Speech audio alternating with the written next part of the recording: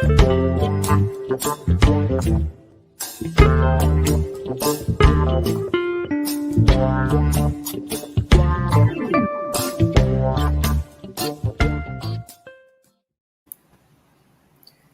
dia, Flávio, seja bem-vindo aqui, obrigada por aceitar nosso convite, tudo bem?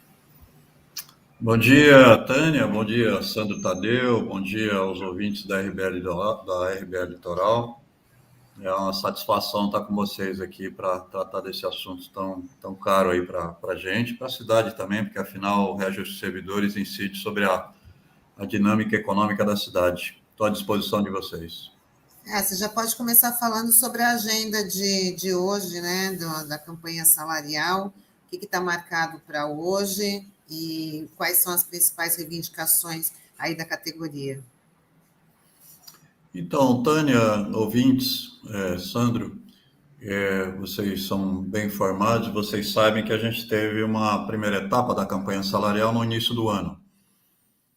No início do ano, lamentavelmente, a gente teve um reajuste muito baixo. Na verdade, não foi nem reajuste, a gente teve a recomposição de uma parte das nossas perdas, mas a gente saiu com quase 10% de perdas, visto que o nosso salário ficou congelado aí durante o tempo da pandemia. Os servidores públicos, eu acho que foi a categoria que mais teve perdas nesse período aí de pandemia, porque a gente teve o salário congelado e a gente teve uma perda. Foi vendo a inflação correr os nossos salários durante 3 anos. Bem, no início do ano a gente teve aí um reajuste de 10,6 no salário, mas a nossa perda era 20 alguma coisa, né? Então a gente amargou aí um rebaixamento salarial no início desse ano de quase 10%. Bem, agora, na atualidade, o prefeito veio com uma... Porque quando se aprovou a lei do reajuste no início do ano, ficou consignado na lei que em setembro a gente voltaria a discutir a questão salarial, visto que havia aí uma ideia de que não era possível dar um aumento maior, porque provavelmente, diante da crise, da receita, etc., etc., não seria possível dar um reajuste que depois a prefeitura não conseguisse pagar, né? Não conseguisse arcar com esse reajuste durante o ano inteiro. O que a gente viu foi exatamente o contrário, foi que hoje a folha de pagamento ela está consumindo apenas 41,6, alguma coisa assim, quase 42%. E isso significa, já que a lei de responsabilidade fiscal ela permite que o prefeito gaste até 51 prudencialmente e até 53, se for um pouco mais além desse limite prudencial que a lei de responsabilidade fiscal indica, com gasto de pessoal.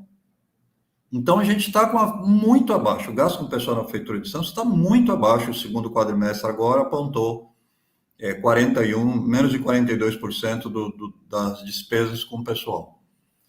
E aí o prefeito, magnanimamente, né? E é que eu estou sendo irônico, ultimamente a gente precisa explicar quando está sendo irônico. O prefeito, magnanimamente, ele me veio com um abono, primeiro com um reajuste de 20% sobre o auxílio alimentação e sobre a cesta básica, o que significa na prática, só para os ouvintes entenderem, significou 46 reais no auxílio alimentação e 29,58 na cesta básica, ou seja, não dá para comprar um almoço, nem com uma coisa nem com a outra. E agora veio com um abono de R$1.000, um abono esse que a gente não sabe exatamente o que é, porque não foi enviado nenhuma proposta para o Sindserv. Hoje tem essa reunião, então, para a gente tomar conhecimento, esperamos de algo diferente disso, mas ele fez uma fala na Câmara dos Vereadores falando desse tal de abono de R$1.000, que para a gente parece uma piada de mau gosto, porque abono não significa nada, não incide sobre nenhum direito, é uma coisa horrível. E vinculando esse tal abono maravilhoso a uma tal de produtividade, que a gente não sabe o que é, mas a gente já sabe que, de pronto, se essa história da produtividade entra em cena, significa que os aposentados, por exemplo, não receberão. porque aposentado não tem produtividade. Significa que os funcionários, provavelmente da CAPEP e do IPREV, também estão fora. Significa que uma parte dos servidores, mesmo não sendo da CAPEP, do IPREV e aposentados, também não terão acesso, porque essa produtividade ela tem que ter baseada em algum parâmetro que fatalmente vai deixar muitos servidores da ativa de fora do tal do abono. Então é lastimável, é uma postura lastimável. O governo Rogério Santos, e eu fecho essa minha primeira fala aqui, ele segue a cartilha dos tucanos, ele segue a cartilha do Paulo Alexandre. É uma repetição do governo Paulo Alexandre. É sempre rebaixamento para os servidores e muito dinheiro à vontade, né, sem nenhum questionamento, para as organizações sociais que estão rapinando o dinheiro público. E aí não tem questionamento nem na Câmara, nem na Prefeitura, em lugar nenhum. Mas quando é para tratar de direito de servidor, de salário de servidor, uma situação caótica como essa que a gente passa em virtude do congelamento da pandemia, aí vem com essas propostas ridículas de abono de R$1.000, ainda dizendo que vai ajudar muito, né, e tal. É isso. Flávio, bom dia, uma satisfação estar recebendo você aqui na RBA novamente. E eu queria te perguntar o seguinte, a falta desse reajuste, dessa correção nos salários dos servidores, até que ponto que isso acaba prejudicando a CAPEP, que é o plano de saúde, né, a Caixa de Pecúlios, e também o Instituto de Previdências dos Servidores. E uma segunda consideração é que durante a entrega da lei orçamentária, o secretário da Fazenda, o secretário de Finanças, o Adriano Leocádio, fez um agradecimento à Câmara por conta da mudança na alteração do IPREV, que houve uma diminuição, né, do repasse da Prefeitura ao IPREV, e segundo ele, isso foi importante para manter os investimentos para a Prefeitura, os investimentos da Prefeitura na cidade. Eu queria que você falasse também um pouco disso, até que ponto que essa medida elogiada pelo secretário acabou prejudicando o Instituto de Previdência dos Servidores. São ótimas perguntas, Sandro. Bom dia, uma satisfação também te ver e estar aqui com você. Assim, a questão do IPREV é uma questão bastante grave, né? Assim, a gente sabe desde sempre que o IPREV ele já nasceu deficitário. Por falta de ação dos prefeitos, historicamente, a gente não teve a criação da nossa Previdência. Bem, 2007 cria o Instituto de Previdência e a empresa que fez os estudos atuariais, o estudo atuarial é um estudo que se faz para olhar o que a gente tinha que fazer no passado, não fez e, portanto, precisa corrigir e para começar alguma coisa mais saudável, né? Para começar um novo empreendimento, para começar um Instituto de Previdência, qualquer coisa que demande a gente recompor perdas do passado ou recursos que não foram aportados no passado para que aquilo, então, tenha aquilo que está começando naquele momento, seja uma infraestrutura, seja um instituto, seja uma empresa, possa ter uma vida financeiramente saudável para o futuro. E o Instituto de Previdência ele nasceu absolutamente deficitário. As contas que a empresa fez para a Prefeitura de Santos, para que tivesse a parte patronal e a parte dos funcionários, na parte patronal, visto que a inação das prefeituras gerou uma obrigatoriedade de recomposição desse passado, do que a gente chama de passivo, por parte dos prefeitos, obviamente, do erário público, porque não teria como arrancar dinheiro dos servidores para recompor algo que seria absolutamente impossível dos servidores pagarem. Então, quando se criou a legislação previdenciária mais atual, lá nos governos do Fernando Henrique e depois algumas coisas que aconteceram também nos governos do PT, ficou um passivo para a Prefeitura aportar no Instituto de Previdência. Esse passivo até hoje não foi repassado, né?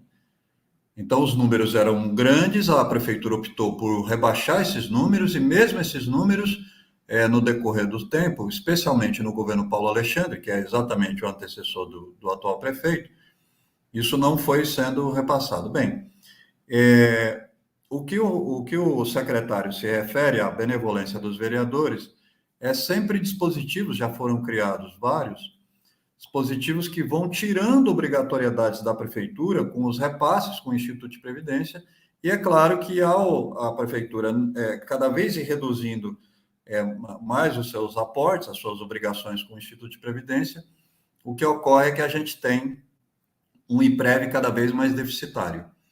E aí, toda vez que se fala de Instituto de Previdência, se passa uma ideia para a cidade de Santos que a culpa, via de regra, né, como não poderia deixar de ser, é que os servidores pagam pouco, é que o servidor é o culpado, etc, etc, né?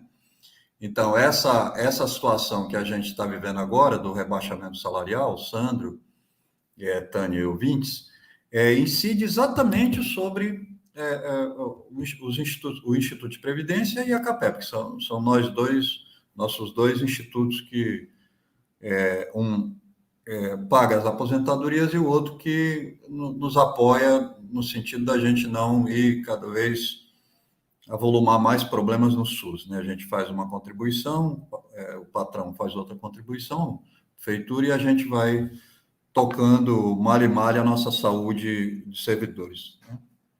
Então, lamentavelmente, esse tipo de abono, por exemplo, prejudica a CAPEP e o IPREV, né? Porque se é um reajuste, a gente tem desconto sobre esse reajuste mensalmente no nosso Olerite para pagar tanto a CAPEP como o IPREV.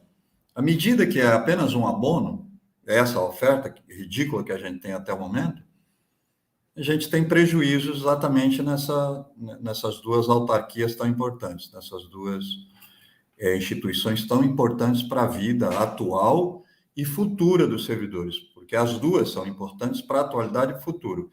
A nossa saúde é agora e é até a nossa morte. O IPREV é agora e até o final da nossa vida, considerando que é o instituto que vai bancar as nossas aposentadorias futuramente. Não sei se esclareciste, ficou mais alguma dúvida? Eu fiz uma fala relativamente misturando aí os dois assuntos. Se tiver alguma dúvida aí, você coloca, a gente tenta esclarecer.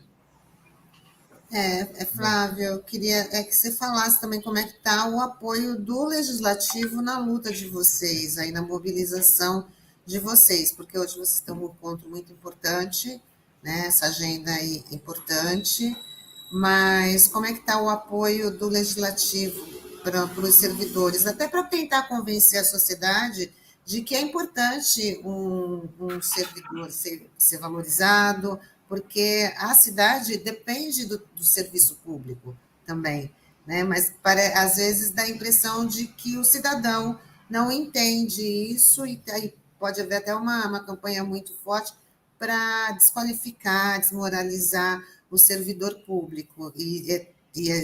Na verdade, é totalmente ao contrário. A cidade depende, né, dessa engrenagem que é realizada pelo servidor público.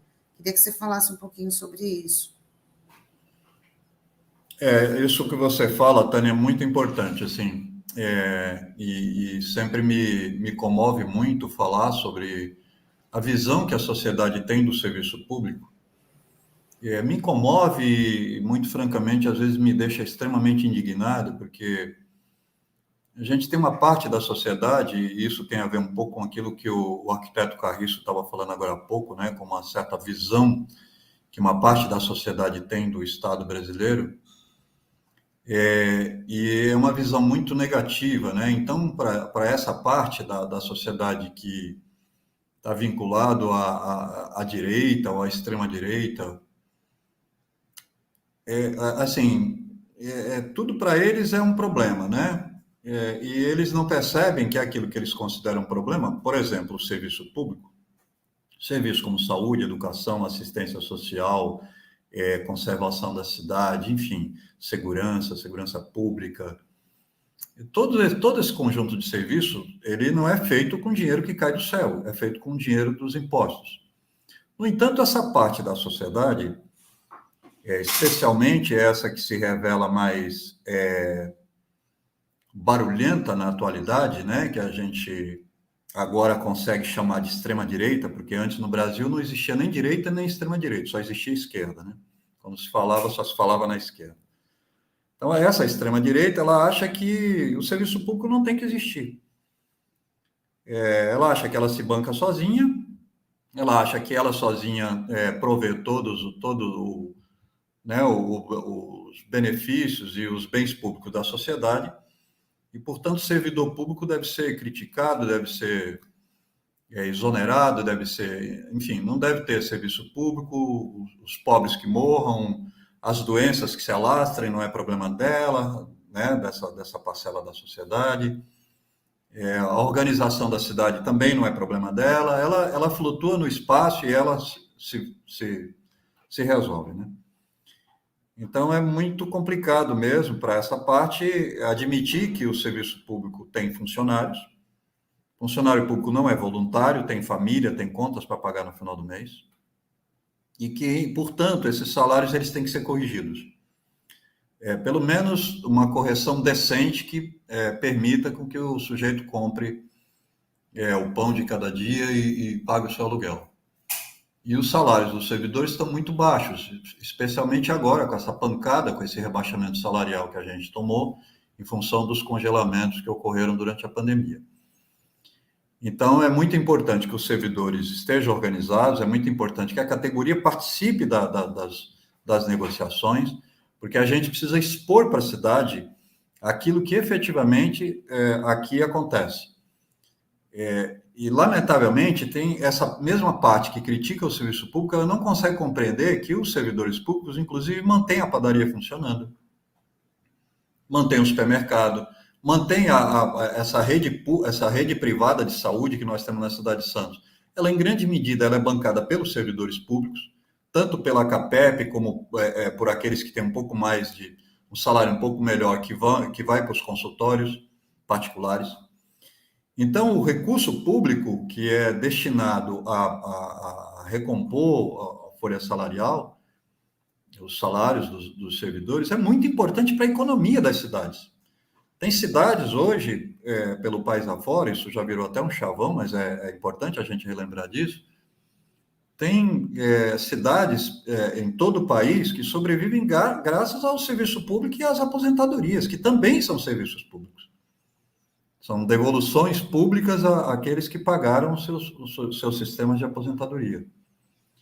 Então, é muito importante que a categoria participe, é muito importante que a gente tenha a compreensão da cidade de que os salários dos servidores precisam ser recompostos e que nós mantemos grande parte da economia das cidades funcionando.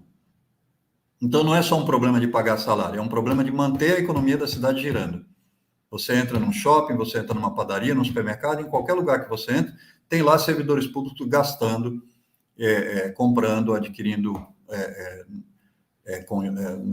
coisas para as necessidades alimentícias e aluguel e roupa e etc, etc, etc. Né? Sobre o que você falou dos vereadores, o que você perguntou dos vereadores, a gente tem uma parte dos vereadores que representa essa classe média de extrema-direita que habita a nossa cidade. Então, essa gente replica essa incompreensão e essa dificuldade de entender a necessidade dos serviços que mantém a cidade funcionando e mantém as pessoas com menos doenças, né, a saúde, por exemplo, cuidando das pandemias, evitando diversas outras doenças que podem se expandir rapidamente numa cidade, que mantém a escolarização das crianças, especialmente aquelas que não têm escola privada, e, portanto, ajuda a reduzir a violência, porque pessoas em péssimas condições de vida também, muitas vezes, acabam se somando a processos que geram violência. Esses vereadores, então, se eles pudessem, eles rebaixavam o salário do servidor a zero, tipo assim, mandava o servidor e ser voluntário. E tem uma outra parte da Câmara dos Vereadores que se comove com a situação dos servidores, que vê os baixos salários que uma grande parte dos servidores tem, dificuldades, inclusive, para morar em qualquer canto dessa cidade, que é uma cidade que está cada vez mais cara, enfim, e faz um esforço no sentido de, digamos, pressionar o prefeito para que a gente possa ter, então, esses reajustes e essa situação dos servidores minimamente regularizada. Mas é isso, é uma polêmica que reflete exatamente A Câmara dos Vereadores, ela reflete exatamente a sociedade, e não aqui em Santos, mas em qualquer lugar do país, assim como a Câmara dos Deputados e o próprio Congresso Nacional. Reflete os setores da sociedade como eles pensam. Tem uma parte da Câmara de Santos que quer que o servidor morra, e tem uma parte da Câmara dos Vereadores que quer que o serviço público permaneça, se qualifique, que os servidores possam ser mais bem remunerados e prestem melhores serviços para a sociedade.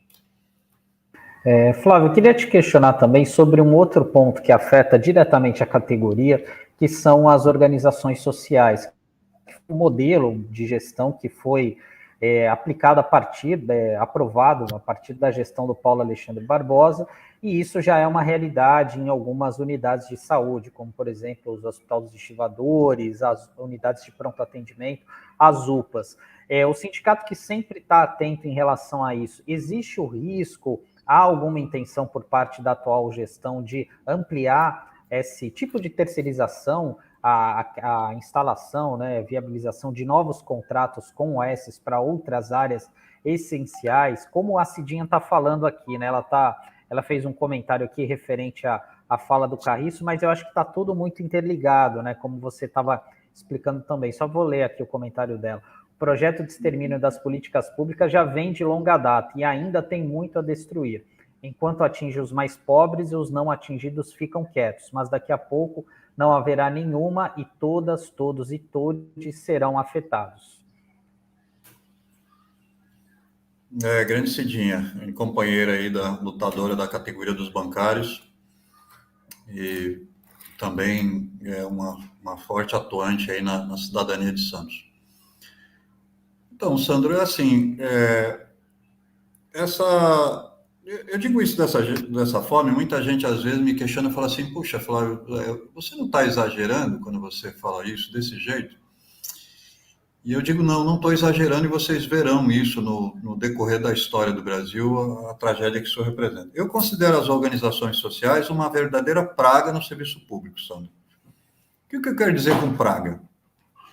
E a gente pode pegar a palavra mesmo, assim, a gente costuma chamar de praga determinados desequilíbrios ambientais que acabam devastando os bens da humanidade, como plantações, como pandemias que matam seres humanos, né? Então, assim, por que as OS são similares a pragas? Porque as OS, elas vêm, a partir da aprovação dessa maldita lei das OS, que inclusive já vem com um nome absolutamente camuflado de publicização, né? Então, entregar o serviço público para uma dessas malditas empresas recebeu o nome de publicização, como se fosse transformar algo que é privado em bem público. E, na verdade, é exatamente o contrário, é transformar um bem que é público numa fonte de lucro privado. Então, não tem nada de publicização, é privatização, é entreguismo, né? É destruição do serviço público. Essas empresas, a partir da aprovação da lei, que foi a lei nacional, que foi gerada e sancionada lá no governo Fernando Henrique Cardoso, essa lei ela possibilitou a entrada de diversas empresas no serviço público, especialmente naqueles setores mais rentáveis, que eles enxergam como mais rentável para a transformação do público em lucro privado. Ou seja, saúde e educação, que são as grandes políticas públicas que os municípios, os estados e mesmo o chamado Estado Nacional, né, a União desenvolve. No serviço de saúde, a gente lida com montanhas de dinheiro de medicação, profissionais que devem ser muito qualificados e, portanto, não são profissionais como médicos, enfermeiros, que não são profissionais que vêm trabalhar pelo ensino médio, mas são profissionais que levam anos fazendo a sua própria formação, investindo altíssimo para se transformar em profissionais qualificados.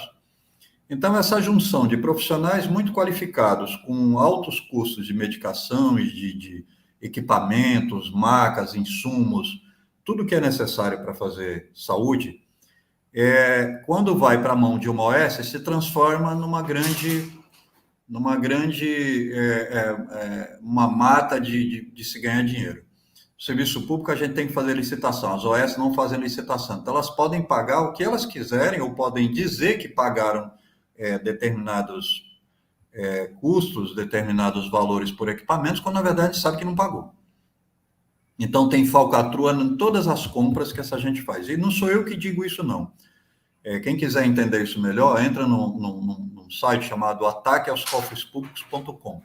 Ali a gente tem uma pesquisa que é do país inteiro, mostrando que as OS elas custam próximo de 30% mais caro do que o serviço público feito diretamente por servidores públicos.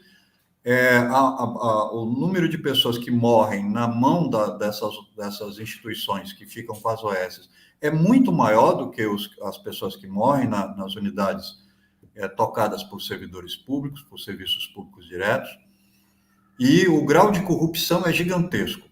Todos os dias no Brasil, todos os dias, e vários, às vezes, durante o dia, escândalos ocorrem de donos de OS sendo presos, sendo investigados, sofrendo ações da Polícia Federal, do Ministério Público e de tudo que é órgão fiscalizador desse país, Tribunal de Contas e por aí afora.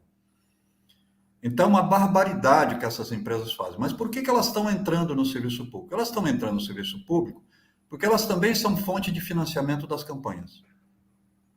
Então, tem vereador, tem deputado, tem presidente, tem gente aí, prefeito, todo mundo se beneficiando de dinheiro de organização social.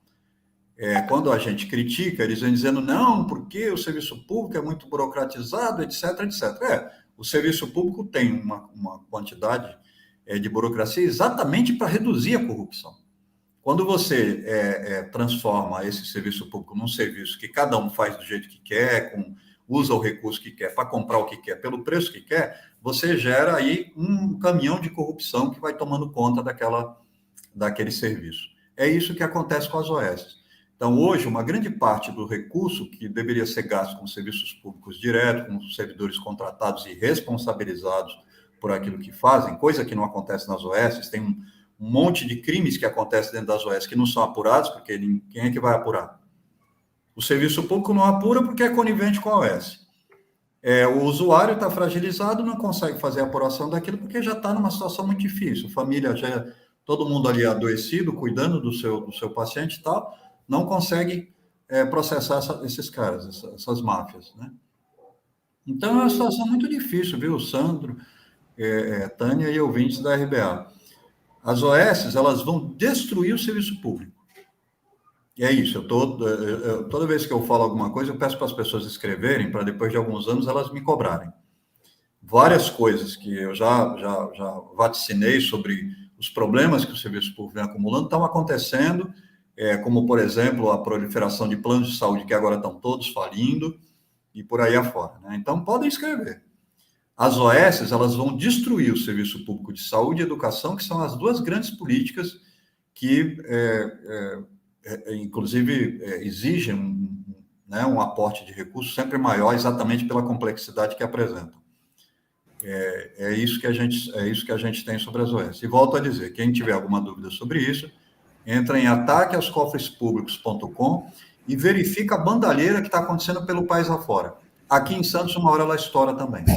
Porque em todos os lugares do Brasil ela já arrebentou. Rio de Janeiro está com a saúde pública toda destruída por conta das tais organizações sociais. Que de social não tem nada.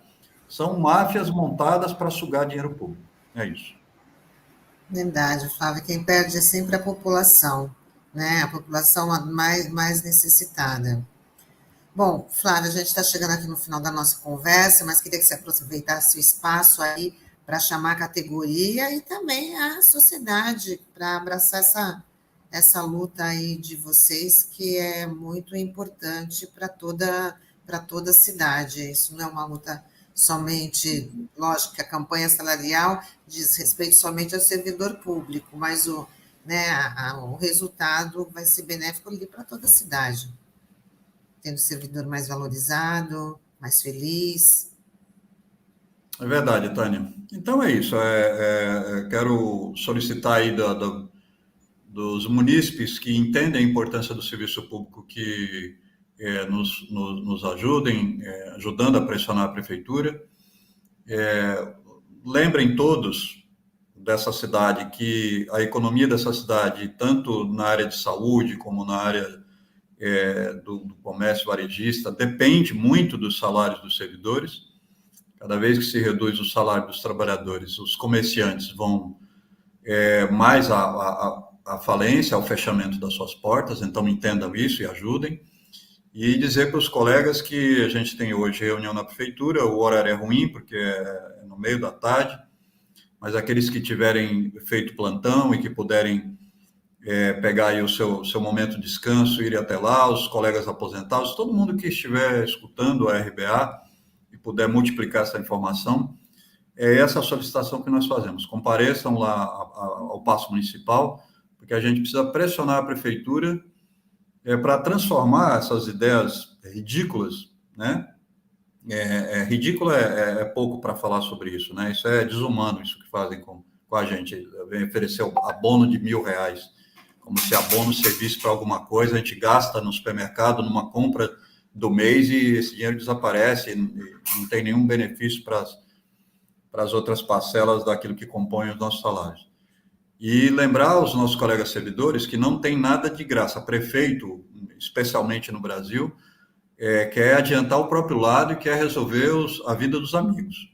Então, se a gente não se unir como servidores e a gente pressionar os prefeitos, o nosso salário, a nossa vida vai de morro abaixo, sem dúvida nenhuma. Então, ajudem, porque somente a diretoria do sindicato não conquista reajuste salarial para nenhuma categoria. Sindicato que diz que conquistou reajuste para a categoria está mentindo. É aquilo que a gente chama de pelego. Todo pelego, ele diz, deixa comigo. A gente não diz isso, não. A gente diz, se juntem categoria, o sindicato é um aporte, é um apoio, uma coluna de sustentação, mas é a categoria que conquista as coisas na luta. Isso aí, mobilização. Muito obrigada, Flávio, por estar aqui com a gente no Manhã RBA Litoral, e até uma próxima oportunidade. Sorte aí nessa causa de vocês, nessa luta de vocês, tá bom? Muito obrigado a você, obrigado ao Sandro, obrigado aí aos ouvintes da RBA, um abraço para vocês, um abraço para todo mundo e um ótimo dia. Nos vemos, muito obrigado pela oportunidade. Tchau, tchau. Tchau, tchau. Tchau, Flávio, até a próxima. E assim vamos encerrando nosso Manhã RBA Litoral de hoje, desta quinta-feira, 6 de outubro. Amanhã a gente está de volta. Obrigada aí pela interação, pela participação, e uma ótima quinta-feira para todo mundo. Tchau, tchau. É isso aí, Tânia. A gente agradece aqui a participação de todos, do Wilton Reis Brito, do ilustrador o Alex Ponciano. Bora para a luta, para o Lula e pelos trabalhadores públicos. Tá aí, o Alex, desejar bom dia a ele, que ele possa sempre estar participando aqui conosco.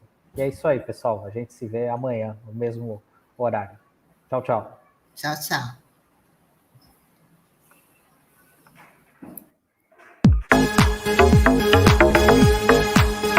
A Rádio Brasil Atual Litoral é uma realização da Fundação Setaporte, apoio cultural do Sindicato Setaporte.